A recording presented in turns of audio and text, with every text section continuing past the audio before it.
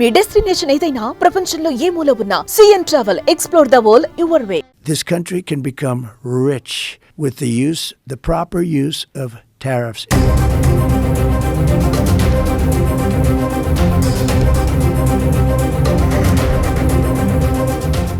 మనం సంపాదించే దానిలో కొంత భాగం ట్యాక్స్ రూపంలో ప్రభుత్వం తీసుకుని దానితో దేశాన్ని నడిపిస్తారు పాలకులు. అలాంటిది అసలు ట్యాక్స్ ప్రభుత్వాలు వసూలు చేయకపోతే ఆ దేశ ఆర్థిక వ్యవస్థ ఎలా నడుస్తుంది? ఇన్కమ్ ట్యాక్స్ వసూలు చేయకుండా అభివృద్ధి చెందిన దేశాలు ఉన్నాయా? అసలు ప్రపంచంలో ప్రజల సంపాదనలో ట్యాక్స్ అడగని దేశాలు ఉన్నాయా అంటే దానికి సమాధానం చెప్పలేకపోవచ్చు. కానీ యూఏఈలో మాత్రం ఇన్కమ్ ట్యాక్స్ అనే ప్రస్తావనే ఉండదు. ఆ దేశం ప్రజలు సంపాదించే దానిలో వాటా కోసం ఎదురు చూడదు. ఇప్పుడు అదే దారిలో నడవాలని ఆలోచిస్తున్నారు అమెరికా 47వ అధ్యక్షుడు డొనాల్డ్ ట్రంప్. దుబాయ్ అంటే ఆయిల్ మైనింగ్, టూరిజంపై ఆధారపడి నడుస్తోంది. మరి ప్రజాస్వామ్య దేశమైన అమెరికాలో ఇన్కమ్ ట్యాక్స్ లేకుండా ప్రభుత్వాన్ని నడపగలరా? ఇన్కమ్ ట్యాక్స్ లేకుండా అమెరికా ఆర్థిక వ్యవస్థ ఎలా ఉంటుంది? ట్రంప్ ప్రపోజల్కి ఆర్థిక నిపుణుల అభిప్రాయం ఏంటి?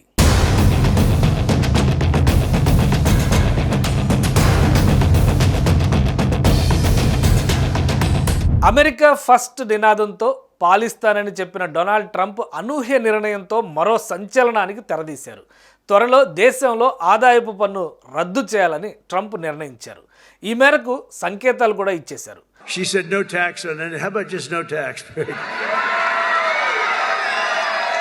ట్రంప్ తీసుకుంటున్న పలు నిర్ణయాలు తీవ్ర చర్చనీయాంశంగా మారుతున్నాయి. ఇప్పటికే ఎగ్జిక్యూటివ్ ఆర్డర్ల పేరిట చేసిన రచ్చ అంతా ఇంత కాదు. ట్రంప్ సంతకాలు చేసిన ఆర్డర్ల అమలు దిశగా చర్యలు కూడా మొదలయ్యాయి. America first, make America great again Trump నినాదాలు ఇవి. ఇప్పుడు వీటిని నెరవేర్చేందుకు ట్రంప్ విశ్వ ప్రయత్నాలు చేస్తున్నారు. అధికారంలోకి వచ్చిన నాటి నుంచి అమెరికన్లకు మేలు చేసేలా పలు నిర్ణయాలు తీసుకుంటూ అందరినీ షాక్కి గురి చేస్తున్నారు.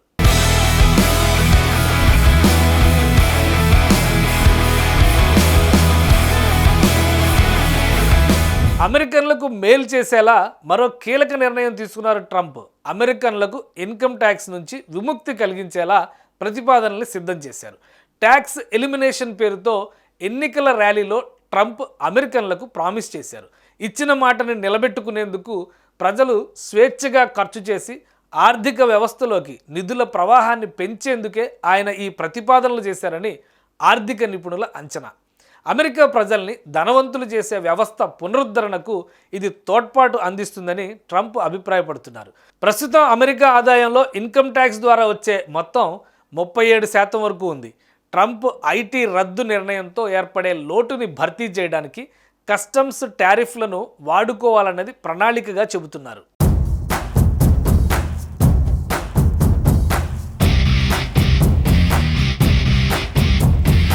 అమెరికన్లని ధనవంతులు మరింత శక్తివంతులుగా మార్చే వ్యవస్థ దిశగా అడుగులు వేస్తున్న ట్రంప్ విదేశాలని సుసంపన్నం చేయడానికి మన పౌరులపై పన్ను విధించే బదులు మన పౌరులని సుసంపన్నం చేయడానికి విదేశీ దిగుమతులపై పన్ను విధించాలని అమెరికా అధ్యక్షుడు హౌస్ రిపబ్లికన్ సభ్యుల కాన్ఫరెన్స్లో తన పన్ను సంస్కరణల ప్రణాళికని బయటపెట్టారు. 1870 నుంచి 1913 వరకు అమెరికా చరిత్రలో అత్యంత సంపన్నమైనదని, సుంకం ఆధారిత ఆర్థిక వ్యవస్థ అమలులో ఉందని ట్రంప్ గుర్తు చేశారు. It's time for the United States to return to the system that made us richer and more powerful than ever before. As I said in my speech last week, instead of taxing our citizens to enrich foreign nations, we should be tariffing and taxing foreign nations to enrich our citizens. Does that make sense, right? అలాగే అమెరికాలో బహుముఖ పన్నుల తగ్గింపుల కోసం Trump ప్రయత్నాలు చేస్తున్నారు. ఈ ప్రతిపాదిత తగ్గింపుల నుంచి రాబడి లోటుని భర్తీ చేయడానికి దిగుమతి సుంకాలని వాడుకోవాలని భావిస్తున్నారు. అలాగే దిగుమతి సుంకాల నిర్వహణని పర్యవేక్షించడానికి ప్రత్యేక సంస్థని ఏర్పాటు చేస్తున్నట్లు ట్రంప్ ప్రకటించారు. ఈ పన్నుల వసూళ్లకు ఎక్స్టర్నల్ రెవెన్యూ సర్వీస్ని ప్రారంభించారని చెబుతున్నారు. అమెరికన్ కార్మికులు, కుటుంబాలని రక్షించడానికి వాణిజ్య వ్యవస్థ సమగ్రతని వెంటనే ప్రారంభిస్తున్నట్లు ప్రమాణ స్వీకార ప్రసంగంలోనే ట్రంప్ తెలిపారు. ఆర్థికవేత్తలు మాత్రం ట్రంప్ ప్రణాళికలు ద్రవ్యోల్బణానికి దారితీస్తాయని ఆందోళన చెందుతున్నారు.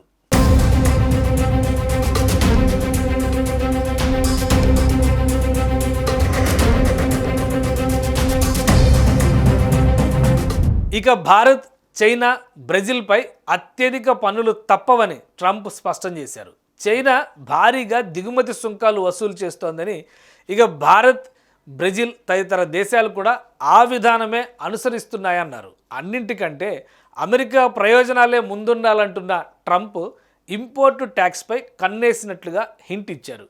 ఇప్పటికే అమెరికా ప్రతిపాదనల్ని ఒప్పుకోని దేశాలకు టారిఫ్స్ పెంచుతానని బహిరంగంగానే హెచ్చరించారు. Colombia, Mexico, Canada, European countries ఈ జాబితాలో ఉన్నాయి.